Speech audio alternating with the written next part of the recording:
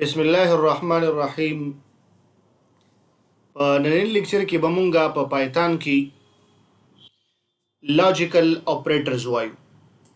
د دې نه مخکې مونږه اساینمنت اپریټرز ویلو په تیر لیکچر کې.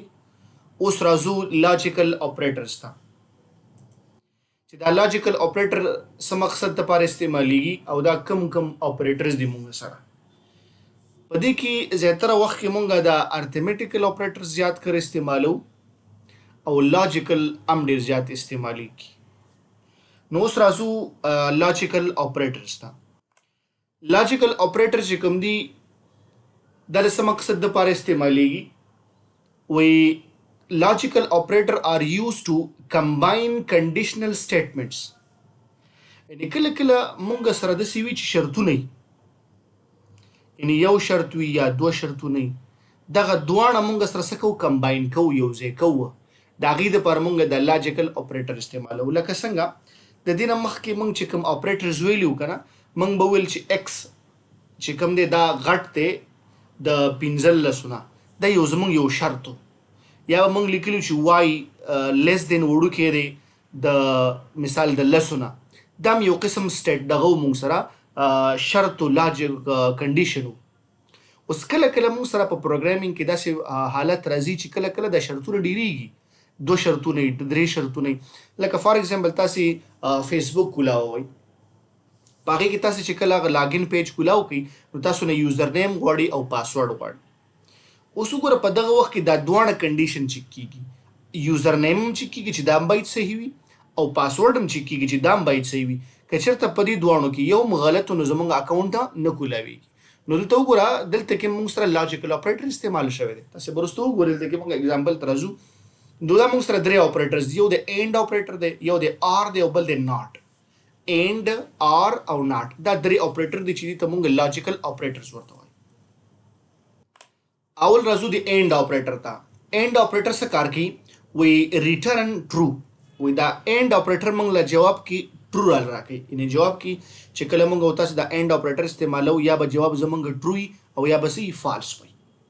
نو دا وی کوم وخت کې موږ له جواب ټرو راکوي؟ وی اف بوث سټیټمنټ آر ټرو. یعنی کله کله موږ 2 سټیټمنټ ورکړه، یعنی 2 سټیټمنټ موږ ورکړه، 2 کنډیشنز موږ ورکړل. اولنی شرط هم ټرو شو، دویم هم ټرو شو، نو زموږ جواب به څه شي راوځي؟ ټرو. که چېرته اولنی ټرو شو او دویم فالس شو نو اینډ اپریټر څه کار کوي؟ موږ ته وایي چې فالس.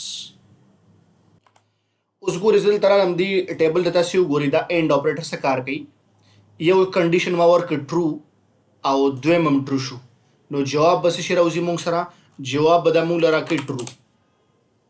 که چېرته اولنی زموږ ټرو شي، اولنی سټیټمنټ، او دویم فالس شي، نو د دې جواب به څه راوځي؟ فالس. که چېرته اولنی فالس وي او دویم کنډیشن زموږ ټرو شو نو جواب به زموږ راوځي فالس. که چېرته فالس وي نو جواب خو تیار آلریډي فالس دی. یعنی مطلب دا دی اینډ اپریټر داسې کار کوي چې دې له موږ شرطونه ورکوو. که 10 شرطونه م زه ورکمه، 10 شرطونه، که په 10 کې 9 نوي ټرو شي، ټرو 9 پکې ټرو او یو پکې فالسو، نو اینډ اپریټر څه کار کوي؟ زموږ جواب به فالس کیږي.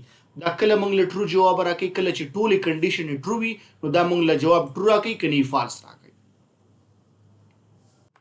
دلته سره راځم د وی ایس کوډ ته. فار ایگزامپل ته ما اغستر ایکس او په دې کې مې سټور کړی دی 10th، او بیا مې وای واغسته او په دې کې مې سټور که مثال فار ایگزامپل 20. اوس راځم دلته کې دا پرنټ اپریټر مې استعمال که فنکشن. اوس ګوره زه دلته استعمالوم کوم اپریټر؟ اینډ. اول څه کوم؟ وایم ایکس برابر دی د څه شي موږ سره؟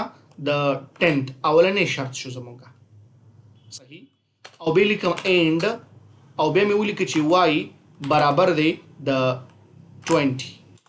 دا وګوره، نو ما دلته څو شرطونه ورکړه؟ 2 شرطونه ورکړي دي.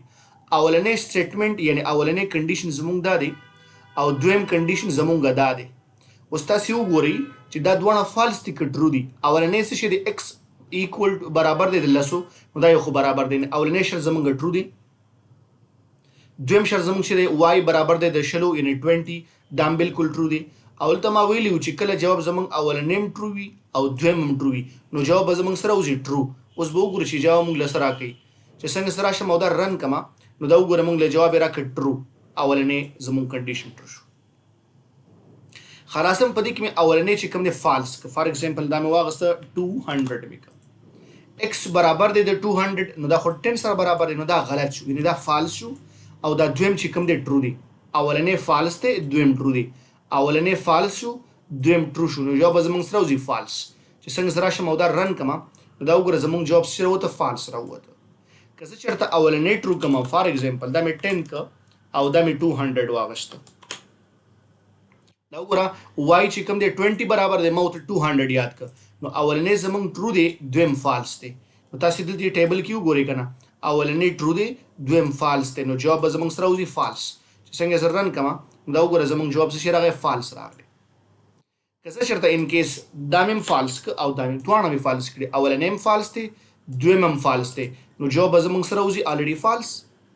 نو اینډ اپریټر کې دومره یاد کړئ چې مونږ کنډیشنز ورکو شرطونه ورکو. که ټول شرطونه ټرو جواب به زمونږ ټرو راوځي. که چېرته زمونږ یو کنډیشن هم فالس شو جواب به زمونږ شي فالس به راوځي. دا مونږ سره په لاجیکل اپریټر کې اولنې اپریټر. دویم اپریټر مونږ سره دی آر. آر څه کار کوي ریټرن ټرو وایي دا مونږ له جواب سره کوي ټرو راکوي. ښه کله به ټرو جواب راکوي وایي if one of the statement is true. دا شرطونه ورکړي دي. که دغه شرطونو کې یو شرط ټرو شو نو دا به جواب سي ټرو ته راکوي. که ټول فالس شو جواب به فالس وي خو که چېرته یو هم پکې ټرو نو ستا جواب به ټرو راوځي. اینډ څه کار کوي که یو پکې فالس شو جواب به فالس کوي او آر څه وایي یو پکې ټرو که ټول جواب دله ټرو کومه. اوس دغه ټیبل له تاسې وګورئ د آر ده اولنی شرط زه ورکوم ټرو او دویم مې م ورکړ ټرو نو جواب به زموږ سره وځي ټرو. که زه چېرته اولنی ټرو ورکم او دویم فالس ورکم په دې دواړو کې وګوره یو خو ټرو دی که نه چې یو ټرو دی نو بس دا موږ ته وایي ټرو. یا اول مې فالس ورکړی دویم مې ټرو ورکړی یو خو پکې ټرو دی که نه ځکه وایي ټرو. یو هم فالس دی دویم هم فالس دی جواب به فالس راوځي. لکه فار ایگزامپل که زه چېرته 3 کنډیشنز ورکم اولنی مې ورکړ ټرو او بل مې ورکړ فالس او بل مې ورکړ فالس جواب به زموږ سره وځي ټرو. وجه څه ده ولې به ټرو راوځي ځکه په دې درې واړو شرطونو کې یو شرط زموږ ټرو دی چې یو سټیټمنټ پکې ټرو شو نو جواب به زموږ ټرو راوځي. دا موږ ته څوک وایي دا موږ ته آر وایي. راځم دلته د وی ایس کوډ ته دلته پریکټیکل به زه دا استعمال کوم. فار ایگزامپل ما ورته اول څه وویل ګوره دلته راغلم ایکس برابر دی 10 او واي برابر دی 20 اول ته مې استعمال که آر. اوس تاسې وګورئ په دې ټیبل کې اولنی کنډیشن هم ټرو دی دویم هم ټرو دی جواب به سره وځي ټرو. نو چې څنګه زه راشم او دا رن کما نو ما ته څه وایي ټرو اولنی کنډیشن اوس زموږ صحیح شو. دلته راغلم دا مې څه که دا مې ټرو کړی دی او دا دویم مې فالس اول ته مونږ ګورو x equal to 10 نو دا خو ټرو دی دا دویم زمونږ فالس دی. خو چې څنګه زه دا رن کما دا وګوره زمونږ بیا هم جواب ټرو راغلی. وجه څه ده ولې ټرو راغلی په دې خاطر ټرو راغلی چې یو کنډیشن خو ټرو دی که نه دی په دې خاطر راغلی. که زه چېرته دا دویم فالس کم اولنی ټرو کما یعنې په دې دواړو کې خو بیا هم ټرو دی که نه چې څنګه زه رن کم بیا به هم ټرو جواب راکوي. دا ټرو جواب ځکه راکوي که دلته مونږ وګورو اولنی خو فالس دی خو دویم خو ټرو دی که نه. خو که چېرته ان کیس اولنی مې هم ټرو کو فالس که دویم مې هم فالس که نو جواب به زمونږ اوس فالس راوځي. دا وګوره اوس فالس شو. دا ولې فالس شو ځکه دواړه کنډیشن خراب شو دواړه کنډیشن فالس دي. اوس که زه چېرته داسې کار وکړم 3 کنډیشن استعمال کړم فار ایگزامپل زیډ او دلته مې ولیکه 30 اوس دلته راځم اولنی مې هم فالس کړی دی دویم هم فالس کړی دی راځم بل ته آر او بیا مې ولیکه چې زیډ ایکولز ټو 30.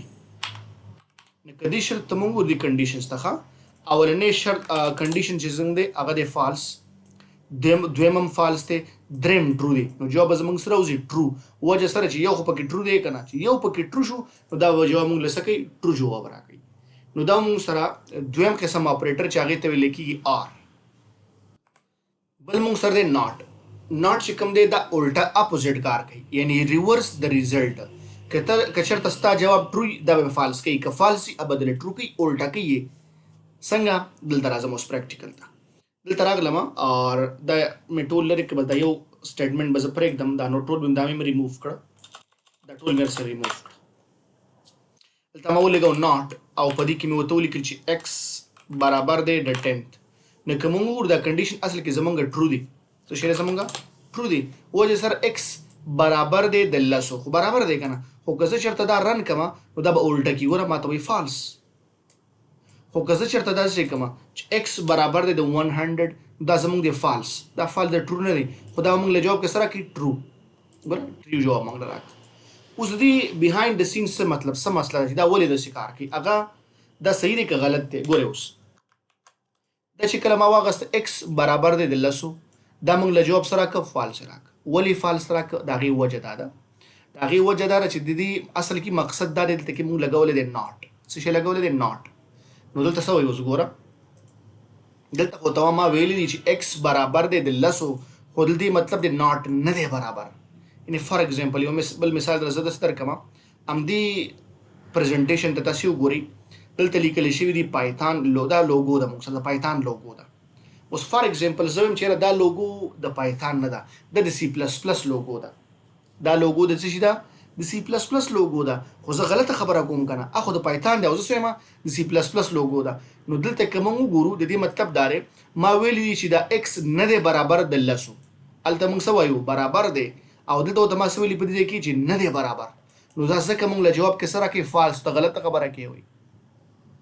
ته وایې چې نه دی برابر او که پاس موږ وګورو هلته برابر دی نو زموږ خبره غلطه ده ځکه موږ له فالس جواب راکړي. ګوره فالس ځکه فالس راکړي چې هغه برابر دی او زه درته وایم چې نه دی برابر. خو که زه چېرته داسې وکړم چې x نه دی برابر د 10 اوس زما خبره صحیح شوله. که موږ پاس وګورو x کې څو دی 10 دی او د دې مطلب دی چې x نه دی برابر د 10 خو نه دی برابر کنه نو ځکه جواب موږ له سره راکړي ټرو راکړي. نو ځکه دې ته موږ څه وایو ریورس کوو دا ریزلټ. نو په دې خاطر باندې موږ څه کوو دغه ځای نه کې دغه لاجیکل اپریټر موږ زیاتره وخت کې استعمالو. خو تاسې صرف کار زده کړئ وروسته به موږ بیا پریکټیکلي استعمالو چې وروسته دې نه بس موږ بیا وروسته پروجیکټ باندې کار کوو. نو پای کې به تاسې وګورئ زیاتره اګزامپل کې موږ دا اپریټر به استعمالو.